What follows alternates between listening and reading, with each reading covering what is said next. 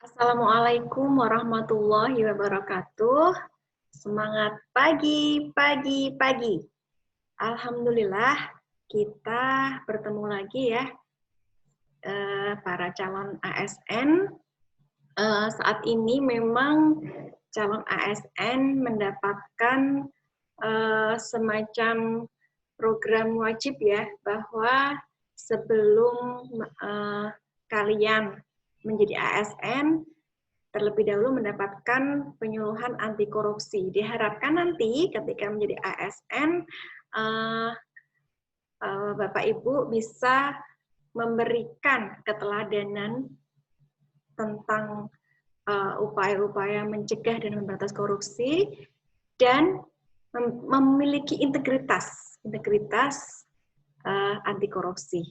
Baik, pada kali ini saya coba akan menyampaikan sedikit ya bahasan tentang anti korupsi.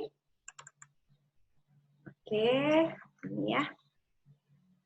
Ada pepatah bilang kalau kita agar kita semakin menyayangi ya, kita kenalan dulu. Tak kenal maka tak sayang, begitu ya pepatahnya. Nama saya Maria Ulfa. Saya sebenarnya lahir di Tanjung Pinang, Riau. Tapi karena dokumen-dokumen rapot, akte kelahiran sudah terlanjur di Blora, maka ditulis di Blora ya, setiap kurikulum vitae. Saya lahir tanggal 14 Maret 1982, alamat saya di Jepara, Jawa Tengah. Saya sejak CPNS tahun 2006 sampai sekarang bekerja di Inspektorat Kabupaten Jepara, kalau dulu namanya Banwasda, Badan Pengawasan Daerah. Jabatan saat ini adalah Auditor Madya, anak baru 4, 3 putra 1 putri. Lewat pendidikan ini nggih, ini. Oke. Nah, kali ini apa aja sih yang mau kita bahas? Ada 4 saja ya, karena waktunya dibatasi. Yang pertama adalah pengertian korupsi. Kemudian kedua adalah jenis-jenis korupsi. Yang ketiga, perbedaan gratifikasi, pemerasan, uang pelicin, dan suap. Dan yang terakhir adalah strategi pemberantasan korupsi. Apa sih korupsi itu? Korupsi sebenarnya belum ada pengertian yang baku ya. Jadi kita ambil dari beberapa pendapat ahli maupun menurut hukum maupun dari Kamus Besar. Yang pertama dari Kamus Besar Bahasa Indonesia, korupsi juga berarti penyelewengan atau penggelapan uang negara atau perusahaan dan sebagainya untuk kepentingan pribadi maupun golongan. Jadi kata kuncinya di sini adalah penyelewengan, kemudian untuk apa? Untuk kepentingan pribadi maupun golongan. Kemudian menurut Black Law Dictionary, korupsi adalah sesuatu perbuatan dari sesuatu yang resmi atau kepercayaan seseorang yang mana dengan melanggar hukum dan penuh kesalahan memakai sejumlah keuntungan untuk diri sendiri atau orang lain yang bertentangan dengan tugas dan kebenaran-kebenaran lainnya. Jadi di sini kata kuncinya adalah perbuatan dari suatu yang resmi atau kepercayaan seseorang. Yang kedua, melanggar hukum. Yang ketiga, memakai sejumlah keuntungan, kata kunci keempat, untuk diri sendiri atau orang lain yang bertentangan dengan tugas dan kebenaran-kebenaran lainnya. Kemudian kalau dari asal katanya, korupsi berasal dari bahasa Latin, corruptio. Kata kerja dari kata ini adalah comun per, yang artinya busuk, rusak, menggoyahkan, mutar balik, atau menyogok. Bahasa Latin ini turun ke banyak bahasa di Eropa seperti bahasa Inggris menjadi corruption, korup gitu ya. Bahasa Prancis corruption, bahasa Belanda korupti, yang akhirnya bahasa Belanda inilah yang kemudian diadop oleh bahasa Indonesia. Kemudian menurut Transparansi Internasional, korupsi adalah perilaku pejabat publik, politikus, atau pegawai negeri yang secara tidak wajar dan ilegal memperkaya diri atau memperkaya mereka yang dekat dengan kekuasaan dengan cara menyalahgunakan kekuasaan publik yang dipercayakan kepada mereka.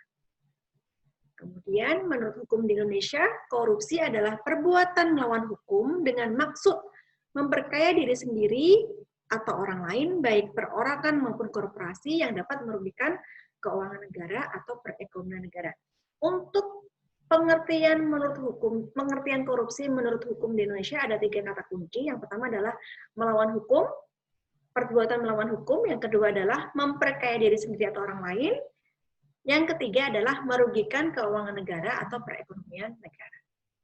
Oke, lanjut. Apa jenis-jenis korupsi? Ya, ini sebagaimana yang tertuang dalam Undang-Undang Nomor 31 Tahun 1999, Junto Undang-Undang Nomor 20 Tahun 2001, ada 30 delik tindak pidana korupsi ya yang dikelompokkan menjadi 7. Oke. Yang pertama adalah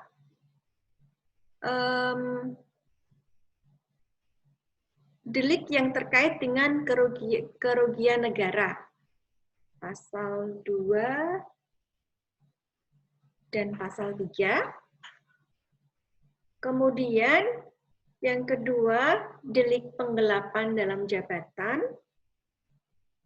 Pasal 8G, pasal 10 ABC. Yang ketiga, delik pemberian sesuatu atau janji kepada pegawai negeri atau penyelenggara yang atau disebut penyuapan ya. Kemudian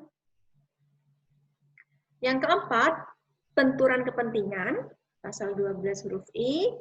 Yang kelima, delik perbuatan curang, pasal 7 ayat 1 huruf A, B, C, dan pasal 7 ayat 2, pasal 12 huruf H. Yang selanjutnya adalah delik perbuatan pemerasan, pasal 12 huruf E, F, G, kemudian delik gratifikasi, kemudian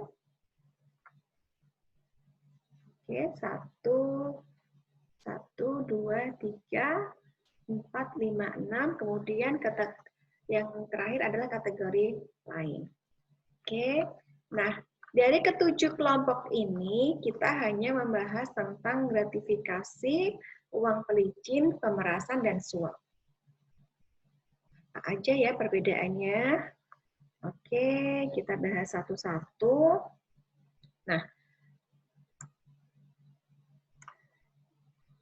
gratifikasi adalah pemberian yang meliputi pemberian uang, barang, rabat, pinjaman tanpa bunga, tiket perjalanan, fasilitas penginapan, perjalanan wisata, pengobatan cuma-cuma. Biasanya kalau gratifikasi itu lebih ke ucapan terima kasih ya setelah mendapatkan sesuatu, gitu ya. Nah, jadi semacam ucapan terima kasih dari seseorang atau perusahaan atau entitas ya, karena telah mendapatkan sesuatu, begitu. Jadi tanpa paksaan gratifikasi ini.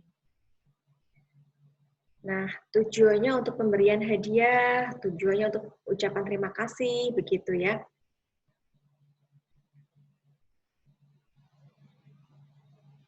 Kemudian suap, penyuapan adalah bentuk pemberian yang dilakukan oleh korporasi atau pihak swasta berupa pemberian barang, uang, janji, atau bentuk lainnya yang bertujuan untuk mempengaruhi pengambilan keputusan dari pihak penerima suap. Jadi kalau gratifikasi itu lebih ke setelah, ya setelah menerima. Kalau suap itu sebelum menerima sesuatu atau sebelum ada pengambilan keputusan. Kemudian pemerasan adalah pegawai negeri dan penyelenggara yang berperan aktif melakukan pemerasan kepada orang atau korporasi tertentu yang memerlukan pelayanan. Jadi ini lebih ke ada pemaksaan begitu ya, ada pemaksaan. Kalau uang pelicin adalah semacam secara umum ya didefinisikan sebagai sejumlah pemberian atau biasanya dalam bentuk uang untuk memulai mengamankan, mempercepat akses pada terjadinya suatu layanan. Ini lebih seperti suap, cuman porsinya lebih sedikit ya. Artinya masyarakat kecil pun melakukan ini gitu ya.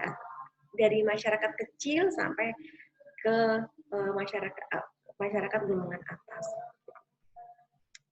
Kemudian strategi dan rencana aksi pemberantasan korupsi ada 3. 1, represif. Yang kedua adalah perbaikan sistem. Yang ketiga adalah edukasi dan kampanye. Nah, apa aja kalau yang represif itu? Represif adalah seperti penyelidikan, penanganan laporan pengaduan, penyidikan, penuntutan sampai ke eksekusi. Jadi ini lebih ke tindakan hukum. Supaya apa? Supaya takut untuk melakukan korupsi. Yang kedua adalah perbaikan sistem. Di sini yang diperbaiki adalah sistemnya, seperti mendorong transparansi penyelenggara negara dengan melaporkan harta, yaitu dengan LHKPN. Kemudian memberikan rekomendasi kepada kementerian dan lembaga terkait untuk melakukan langkah-langkah perbaikan, atau memodernisasi pelayanan publik dengan online dan sistem pengawasan yang terintegrasi agar lebih transparan dan efektif. Kalau ini tujuannya adalah agar tidak bisa melakukan korupsi. Harapannya kalau ketika sistemnya sudah online, sudah terintegrasi, itu akan meminimalisir pihak-pihak atau oknum yang tidak bertanggung jawab yang selama ini mencari celah untuk berkorupsi. Yang ketiga adalah edukasi dan kampanye. Ini fase pencegahan ya. Di sini adalah strategi pembelajaran pendidikan dengan tujuan membangkitkan kesadaran masyarakat mengenai dampak korupsi, mengajak masyarakat untuk terlibat dalam gerakan pemberantasan korupsi, serta membangun perilaku dan budaya anti korupsi. Tidak hanya mahasiswa dan masyarakat, namun juga anak usia dini, anak TK, anak sekolah dasar. Di sini tujuannya agar tidak mau melakukan korupsi. Oke, terus semangat untuk menggelorakan anti korupsi. Sekian, terima kasih. Assalamualaikum warahmatullahi wabarakatuh. Semangat pagi, pagi, pagi.